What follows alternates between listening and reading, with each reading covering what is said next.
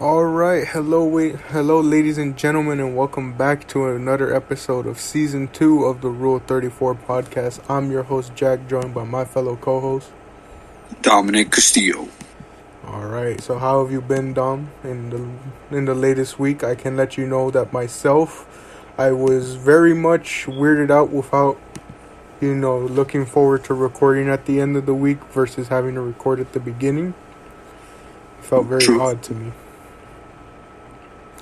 It almost Yeah, made me wish we could record twice a week, but I don't think that's sustainable in the sense of scheduling. I mean, we could do it, but I feel like my schedule will probably be a bit jam-packed, if that makes sense. Yeah, which is why I say, twice a week would probably have to wait till later on where we are readily available for such a commitment. You get me? Yeah, I get you. But anyways, how have you been? I've been pretty okay. I've been hit with a bit of a bad what? A cold, I would assume. Hopefully it's just a cold. I got a bit of runny nose at the moment, but I mean, I don't think it's anything serious if you catch my drift. It's nothing too bad. The rest of the week has been pretty much okay. We just got through our midterms, and they've yet to be graded, so we're going to have to see about that later on, maybe around this week, or maybe till next week, who knows. But, yeah, so far it's been a pretty okay week. Work has been okay. Stocks have been okay for the time being. Nothing much. I mean, I guess something new happened. I finally got my new iPhone coming in. Nice. Today. Not today, since yesterday. It's been pretty okay. We've been striving, I guess, for the entire week, ever since last Monday. Well, But, yeah. that's good to hear. Obviously, we hope you get better, and as you mentioned, hope it's nothing too serious, Hopefully. In terms of school, I've just been kind of bored and trying to find motivation. And aside from that, things are just kind of hectic at the moment with like life in general. So just taking it day by day, Yeah. trying to find all the answers. Yeah. I just wanted to ask, how was your foot? Pretty okay now. Still kind of getting used to walking on it. Still working out in general and being able to do a lot of workouts on it. So I think I've gotten it back to its point of strength as it was before, and hoping to improve its strength. Nice. But can are you able to keep up like a normal pace and walking, or are you Still getting used to that because still kind of not used to walking like fully yet. Like I've tried walking like longer distances, and like there's obviously still that pain because it's getting used to it, but we're slowly getting there. Right. I get you. Yeah, wish you luck, man. It's gonna be tough, but man, until next year you'll be absolutely back on track, bro. Yeah, I'm hoping. I really do want to get back on track and I guess be ready for when I have to go back in person to school. Oh yeah, that is gonna suck. Do you think we're still gonna try to do that one thing we've always planned to do, that every month we're gonna go to Game House at least once a month, even if you have to go to college? We come back here in California, in Los Angeles. Hey, I'm always down. I know my dad is always down. Obviously, we lost one of our members because he's out in Tennessee, so can't really take him anywhere here in California. He's gonna be like a twice a year occurrence, For us, like I think we've explained on the podcast before, but for those who may not know, Game House is like a little place out near Glendale that's just like, it's like almost like a cafe, but they have like just hundreds of games, board games and card games and stuff like that we would just go to once a month with a group of our friends and my dad and hang out, It's kind of our like monthly thing. Or depending on our mood, sometimes we just went and did something else. Like that one time we went to watch a movie instead. But yeah, it was our once a month type thing. Good time. Yeah, I'm hoping to get back to that type of stuff, but obviously, we just gotta wait and see what happens. Yeah. It is what it is, though. And, It is what it is. Like I always say, take it day by day, you know? Yeah. But you were gonna say, Dom? I just wanted to bring up some news. I think this is like a bit of some recurring news about something we talked about not too long ago. I think you remember the thing that happened with the PlayStation 5, that the newer models were apparently worse. Mm-hmm. Apparently, they're actually better than the base, first iterations of the console, because more heat. If you remember, and if the audience remembers, what we originally thought was that more heat meant that the console was just throwing out, hotter temperatures that could potentially overheat the console. But in actual reality, more heat dissipation means that it's just simply throwing out more heat outside of the console and not concealing it within, the internals, potentially, heating up what could be inside. So it's actually better to get the newer versions than the older versions. I see. Like they have a better cooling system almost. Exactly. So less overheating, longer lasting console. Yeah. Although there is like one issue, is that it does have less of a copper plate.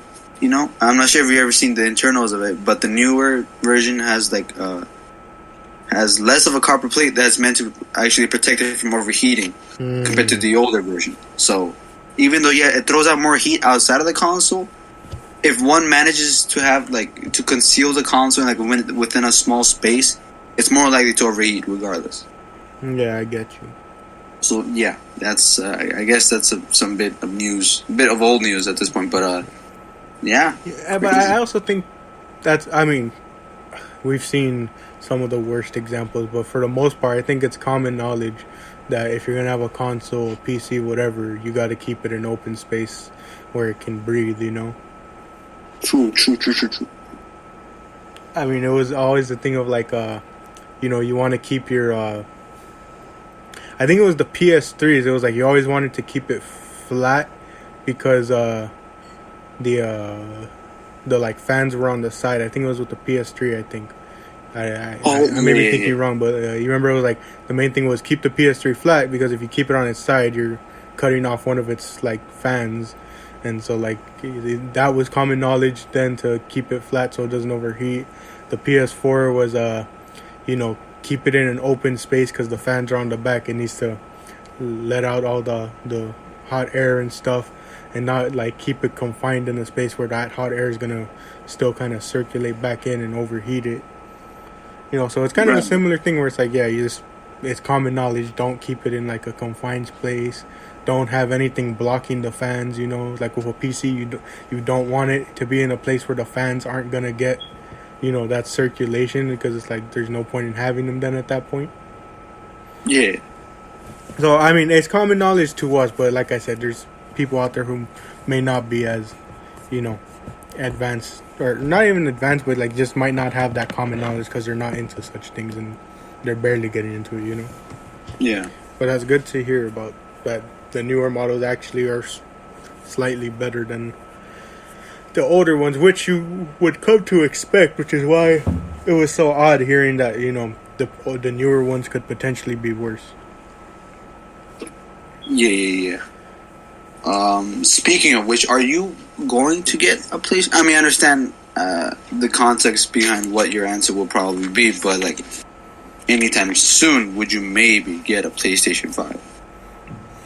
If let's say it does become readily available without having no scalpers, no just straight off the market, you could buy one and it comes in in 3 days from Amazon. That's it. Would you buy one?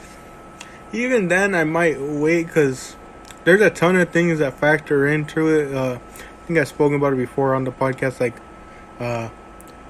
As far as space comes, it's the reason why I won't get my own PC is that I just don't have the space for it anymore.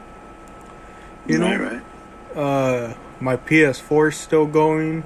so I don't see a need to upgrade just yet. And the most important thing that like is my main factor is they haven't released any PS5 exclusive games that make me want to go out and get a PS5. You know, because I think I've told the story. The sole reason my dad upgraded to from PS3 to PS4, it would have been like a year or two longer, maybe even more, like that we would have had to wait to upgrade.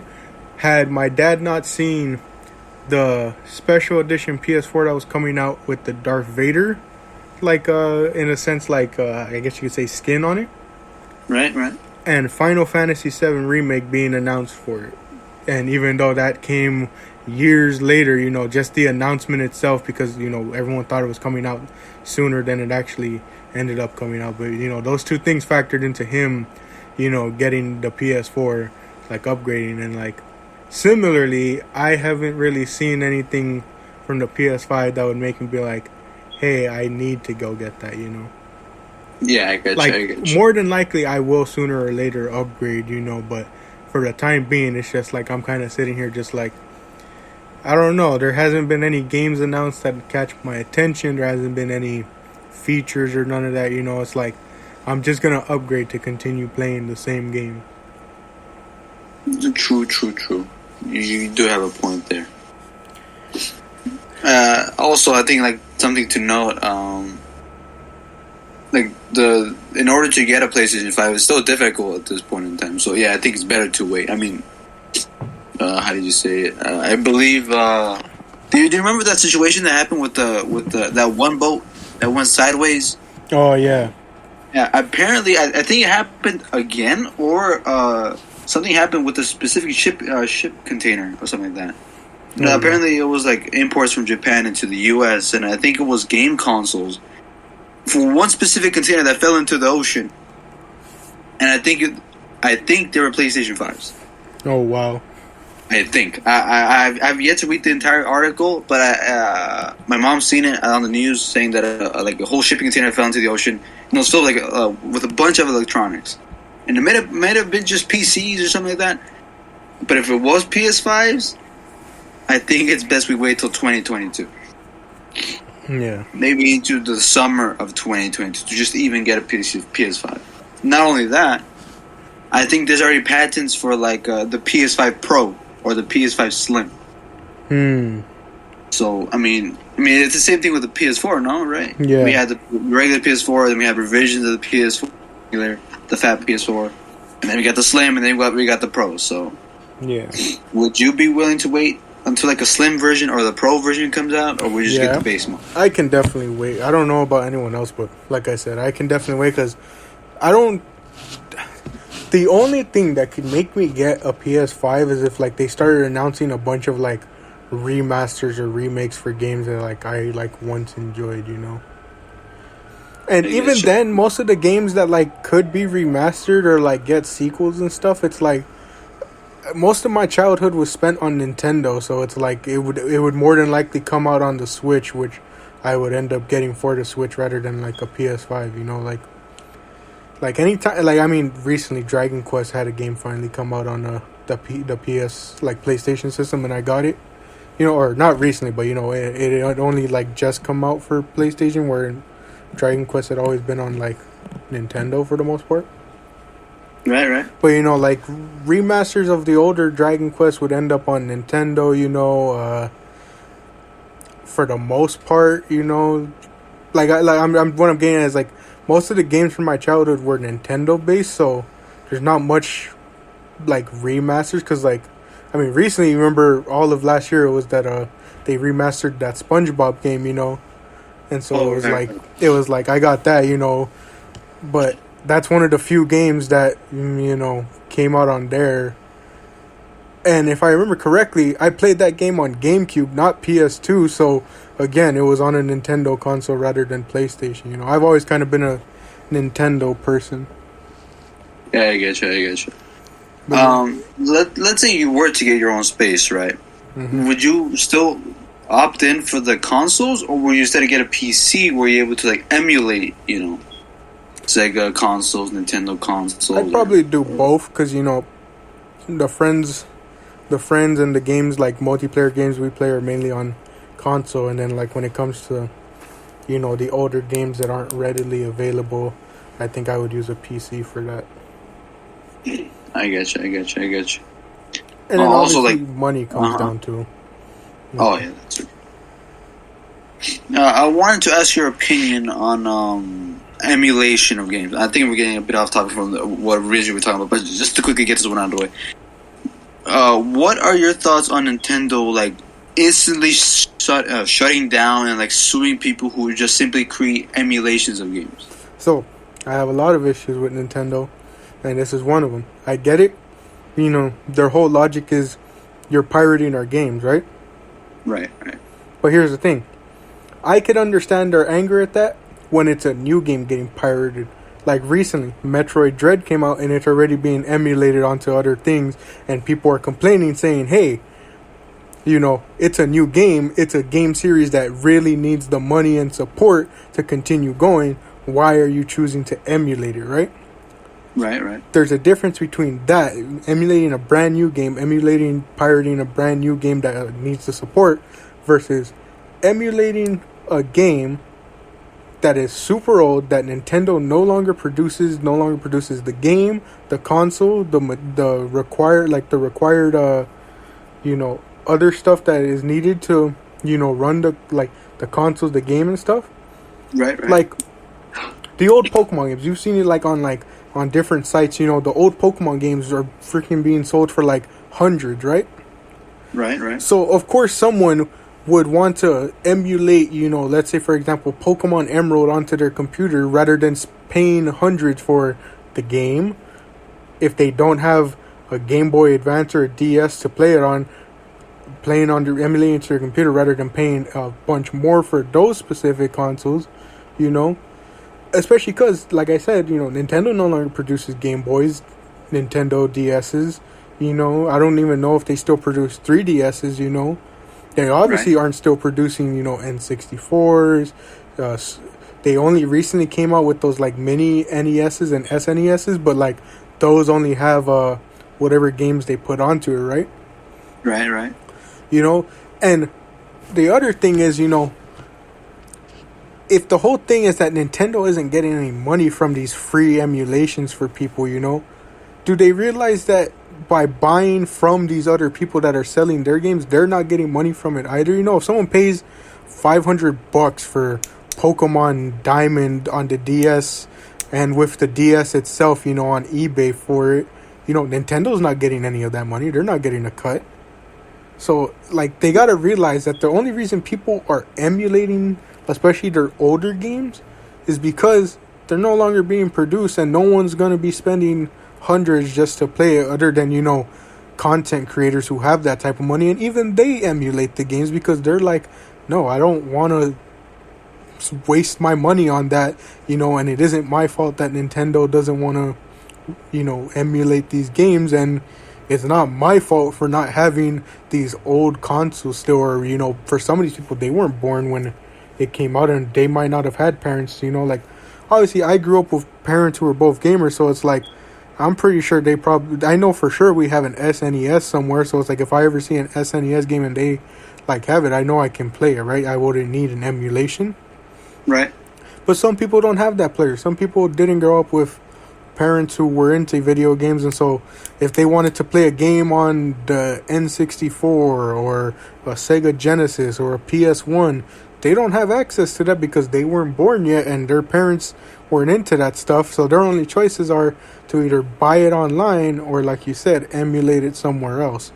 And going back to my thing about remasters, if they're not continually remaking these games, just remastering them, putting them out, like, even if it's just porting it from that one system to their newer consoles, if they're not doing that, then of course people's only choice is to run emulators. Right, yeah. So, like, I get it from the legal standpoint, it's essentially pirating and stuff. But the main thing is, the people that create these emulations, as you mentioned, they're mainly free because they're just wanting to give people access to the games that, like from their childhood, give access to the games that they enjoy playing. You know, Yeah. for the most part, no one's making money off of the emulations because they're usually free to download and play. And many people will even give out the instructions on like, oh, here's how to download these emulators safely, how to play them safely, how to, you know, fix any issues that might happen with it, like where it's not loading, you know, for example. It's like these are just people going out of their time to make this readily available to people who want to use it. But again, legal standpoint, I understand, but like from a logistical standpoint, you look at, you know, the reasons behind it, it makes sense as to why people are emulating. Right. I also wanted to ask you, based on Nintendo's like super, like strict policy in terms of emulation. Because I'm not sure if you heard there was like a recent case that happened based off of one person who used to like have like emulations, yeah, like Nintendo games on his on a website, right? And what Nintendo did is they sued the guy for $12 million. Mind you, this was just this one guy, and they sued him for $12 million. What are your thoughts on that? And not only that, they decided they decided that since it was just one guy and not an entire organization, you know, this one guy possibly couldn't pay $12 million in an entire lifetime. So they decided to simply reduce his what he had to pay to $6 million. What are your thoughts on that? I mean, like I said, from a legal standpoint, they probably have every right to do so. But again, it's like it just doesn't make sense to do such a thing, you know, because it's like no one's making money off of it. They're doing it solely for the purpose of making these games available. But obviously, these corporations don't care. They're just gonna make money off it. Which you would think, hey, they see all these people making money. Why not just port the games, you know? Like on the Nintendo 3DS, they came out with what was essentially ports of older Pokemon games. Red, blue, yellow, silver, gold, crystal. They've ported them to that system for you to buy and play. And people did buy and play them. I bought them and played them, you know. And it was, you know, probably very similar to people experience when they first played those, you know. And it's like, look at the success of that and just follow up with it. I guarantee you they can run polls saying like, hey, if we were to start like porting games, starting to remake games, what games would you want to see? Look at that, put them out, put a price on it, and if you're so bent on making money, people will pay for those ports, those, you know, remakes and stuff, as many remakes have shown, you know. But it's just a case of they don't really want to go through with it because whatever reasons they may have behind it. True. I personally think that like what Nintendo's doing is like they're just trying to nickel and dime everything that they possibly can. Mm-hmm. But what I don't understand from them is that how are they like so anti-consumer, you know? Yeah, I get you. Like people just want to help them, even to the point that they understand that emulation, you know, they could get it free, so they could, you know, they could get games for free using emulation, so they don't have to pay Nintendo a single dime. But sometimes emulation requires the purchase of the original, you know, product, if that makes sense. Sometimes, no. So they still win at the end of the day, but it's stupid. Now, also, like another small story from Nintendo, I believe there was some sort of like charity event to help, I think it was like a St. Jude's, or I'm not really sure what it was, but it was like a charity event, right, for like, you know, kids who have currently unfortunately contracted bad diseases, and it was meant to help them out. And the main point, the main event of the event itself was that they were to hold like Super Mario speedruns. I think it was. I'm not sure what it was specifically, but it was specifically a Nintendo game, and they were meant to emulate the game, you know, just because. And Nintendo just automatically just, you know, they just took it down. It was meant to be a charity event that was not meant for Nintendo. It was not even meant for the event goers themselves. It was meant for the children, you know, who are currently suffering in hospitals. And yet Nintendo still takes it down. So Nintendo has a huge history of that, especially like tournaments and stuff, it's like they're known for shutting down so much stuff. So it's to be expected with the company at this point. And it's like, as you mentioned, people just want to support the company, but they're doing the bare minimum to gain that support. True. Also, like, quick question: what are your thoughts on, like, how would you say it? With, like, the not bare minimum, but in my personal opinion, with, like, the graphics that are placed on Pokemon games. You know what I'm saying? Are you asking about 2D versus 3D? Yeah, because compared to, like, let's say a game like Breath of the Wild or Genshin Impact, those games are vastly, different in terms of, like, graphics comparison compared to, like, the current, like, new gen still, like, Nintendo games that are using or seem to be using still, like, 1080p graphics. That makes sense. Yeah, I get you. And, like, well, I'm not sure if I'm saying it correctly, but I just feel like Nintendo's still not even, like, wanting to, like, put the foot forward and trying to, like, develop better, how would you say it, better graphics or just better overall design for their games, and still, like, going with their old. I feel like, personally, based on personal opinion, what I've seen, the newer games still feel the same years ago compared to what we have from other companies. Yeah, but that's on me. There's there's very little, like, of a sample size when it comes to, like, like Breath of the Wild, and obviously Breath of the Wild 2 is coming out. Like, they put, like, a ton into it, and though it doesn't look like, obviously, like, as graphically intense as, like, maybe Final Fantasy Remaster was, Final Fantasy 7 Remake was, or, like, other games, but, like, the context of that is just, they don't have a console powerful enough to, like, run a lot of the graphics, because for the most part, yes, they've had home systems like NES and SNES, N64, the Wii, but for the most part, they've always done, like, handhelds, Game Boy, DS, 3DS, Wii U, Switch, even though the Switch can be docked and hooked up to, like, a TV and stuff, it's mainly handheld, right? So it's like, right, their system wouldn't be powerful enough to run, like, intense graphics, but they still come out, like, very often, or not very often, but, like, from time to time, they'll come out with games like, Breath of the Wild, where it puts in that effort to have like, these greater graphics and stuff, at least for their standards, but I get the understanding that, a lot of the games do kind of look like they don't have that great of graphics. I know Smash Bros runs pretty, like, great graphics. The characters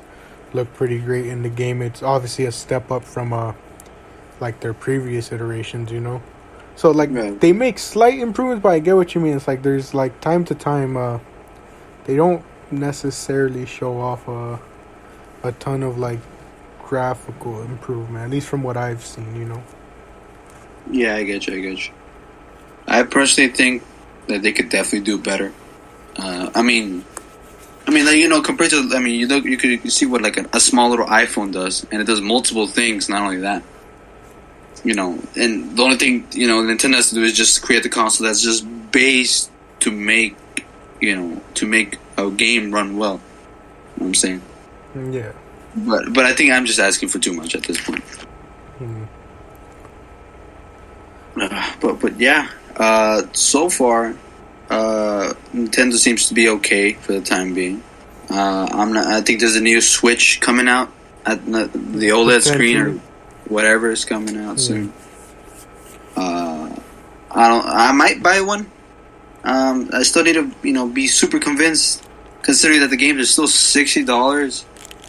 Yeah, well, the reasoning behind that, do you? Yeah, I understand the reason. Yeah. But, like, I'm already gonna be paying, like, $300 for the Switch on its own.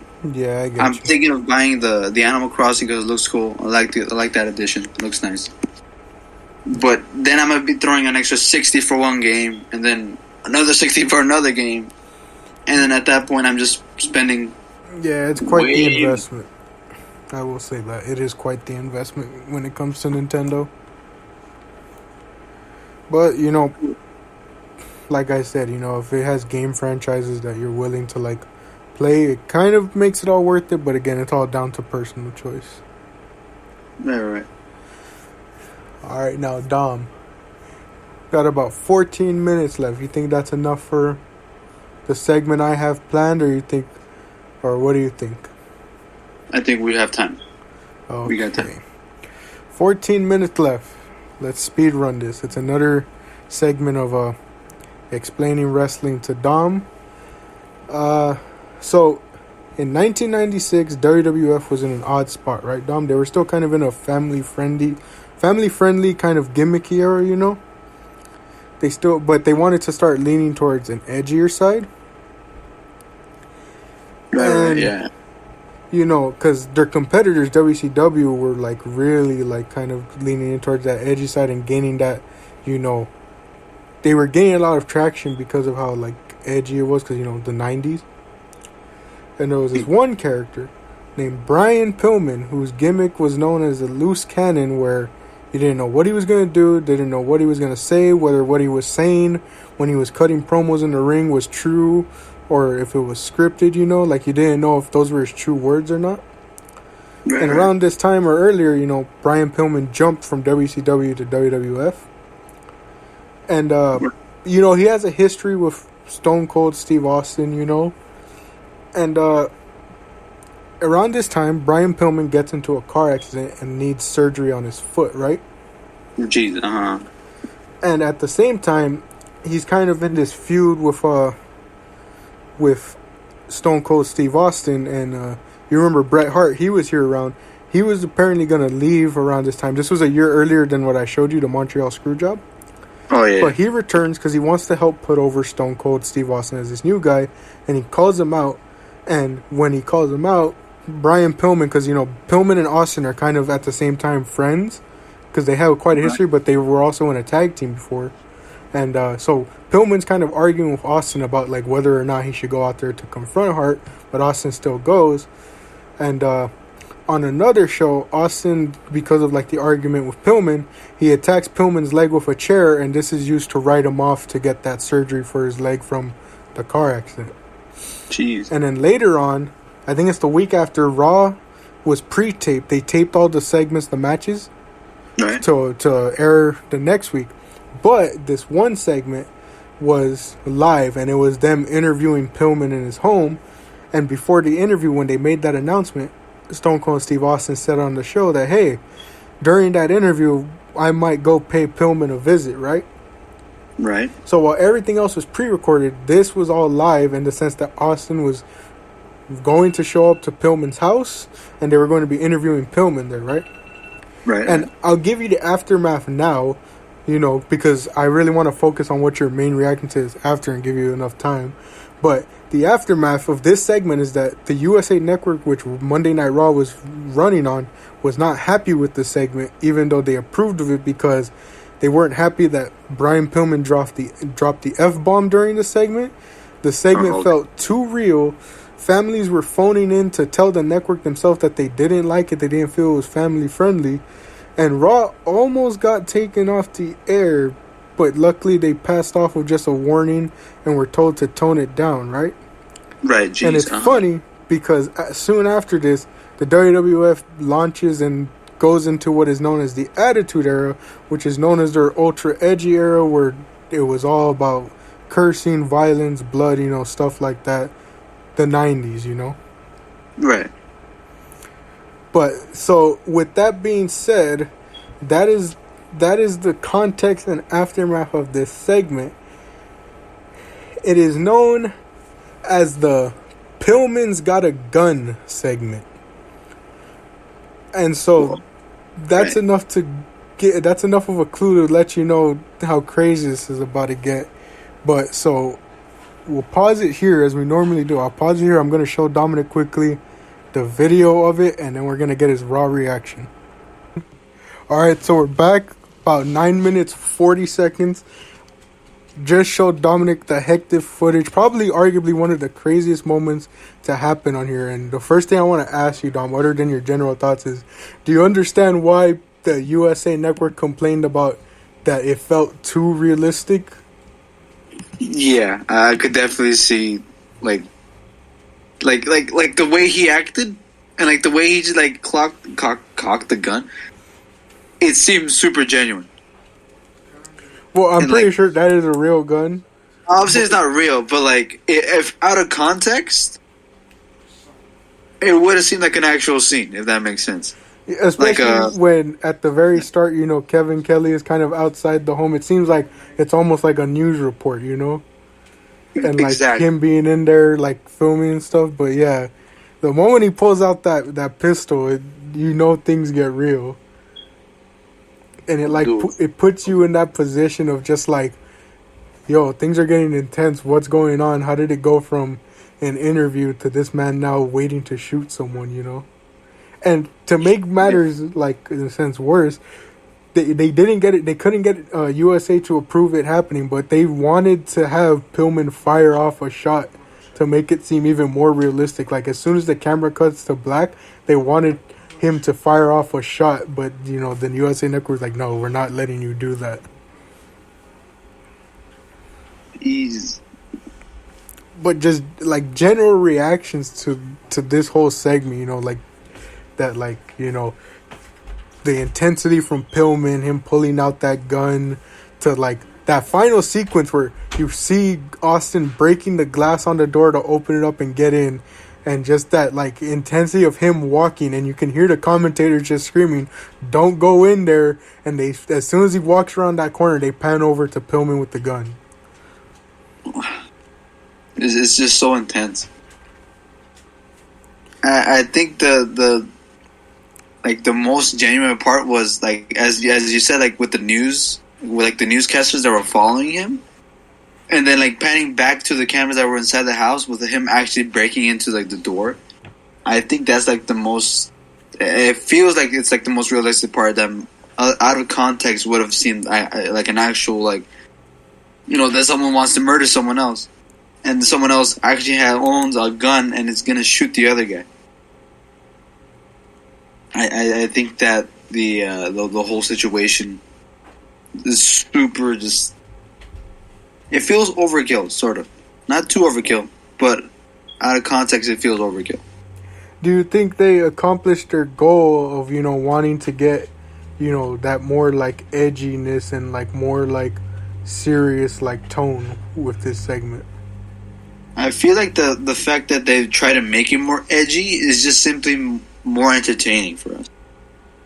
And sure, like the, you know, the edginess with like him trying to kill him with a gun and him trying to break into his house. It's just more fun, if that, it's more lively, if that makes sense. Instead of like, you know, like everything that's super acted out. This feels like it's an actual, you know, feud between two wrestlers. Like you can And, like, feel with the the moment- intensity between them, you know, and you know, given the context that I did, you know, it kind of plays perfectly into the gimmick Pillman had created for himself, in that he was a loose cannon. You didn't know what was going to happen, and playing much into it, they just thought they were going to interview him about his injury. You know, he learned Stone Cold's here. Well, what's more loose cannon than on live television pulling out a gun and saying, hey, he wants to come to my house, sure, but he's going to get a bullet in him. Yeah, that I like that part. That was good.